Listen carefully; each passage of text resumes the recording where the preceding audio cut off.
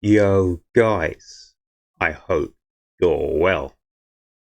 So, guys, I really hope I'm wrong, but I really do believe that winter is coming and it's coming very, very soon. So, guys, I was thinking about Keir Starmer and what happened and transpired as soon as he came to power back in July. Starmer was so sure of himself, a little too sure, if you see where I'm coming from. So I believe that Keir Starmer is a zealot. He believes in the ideologies he talks about, and he's prepared to do whatever to make certain that they are pushed over the line. But I believe that when he came to power and he was selected rather than being elected, I believe he had the backing of very powerful people behind him. So that is why he was so cocksure, and he is so cocksure even to this day. But I'm just thinking, and I've been thinking this and scratching my head, and I've been thinking that the things that Keir Starmer, or the policies that Keir Starmer has been back into the hills, are not popular policies. And I've been thinking, how can he believe he will survive for 5 years with these policies? So we're talking about hammering the pensioners. We're talking about going after the farmers and their land. We're talking about going after small and medium business owners and other business owners with the national insurance contributions, and going after the population as a whole. And in some ways, calling us second class citizens.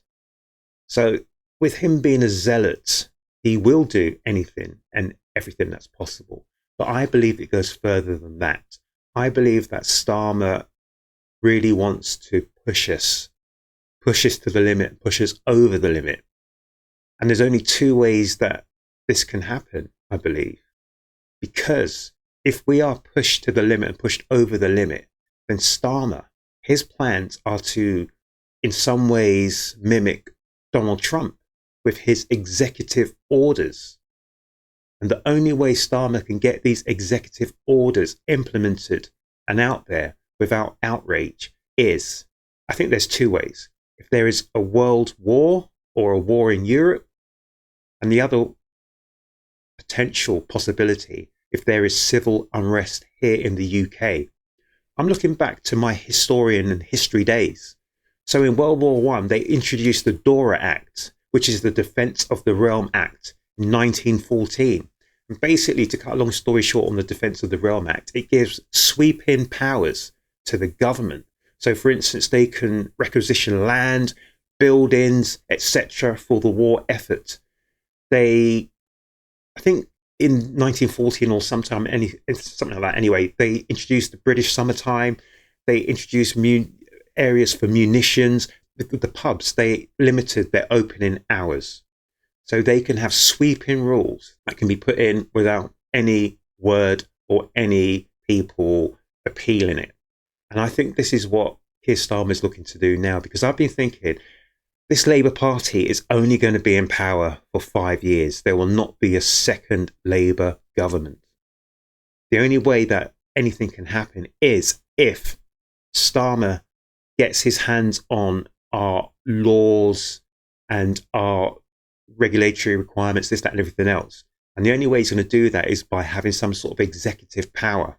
And the only way he's going to get that is if there is a future war or if there's civil unrest here in the UK.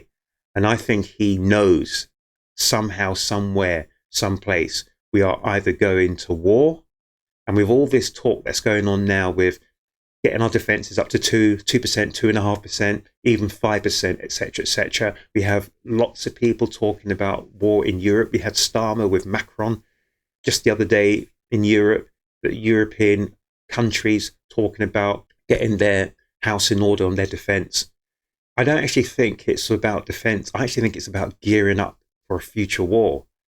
It looks like there's going to be a future war in Europe in the not too distant future. Or potentially worse, a world war. Or if not, we're going to have a civil war here in the United Kingdom. either way, whichever way it goes, it looks like Starmer knows and we are being prepped for changes to come. So if there's civil unrest here, expect to have a lot of executive orders signed into place very, very shortly. And those executive orders that are signed into place, a lot of those that happened in World War One, only some of them were rescinded only very, very recently. So this is the only way I see Labour continuing and staying in power, is if it looks at and targets those laws, civil liberties, etc., those areas around government, parliament, etc. I think that if something happens, something serious happens, Labour will use that as basically the bell. They'll ring that bell and they'll put those orders into place, and the United Kingdom will never be the same again. So they are, and they've been very comfortable and very bullish in targeting the pensioners, in targeting businesses, in targeting the farmers, in targeting the normal everyday person here in the UK. And they've been very, very confident in doing what they're doing, bullish in my eyes.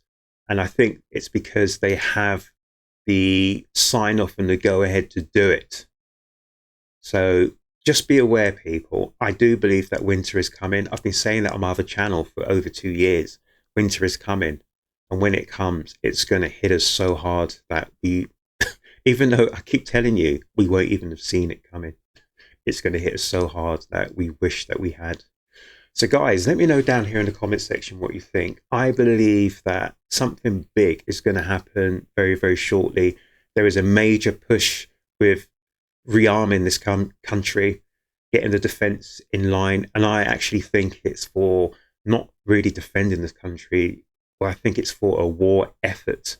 Something is happening and it's going to happen quite swiftly.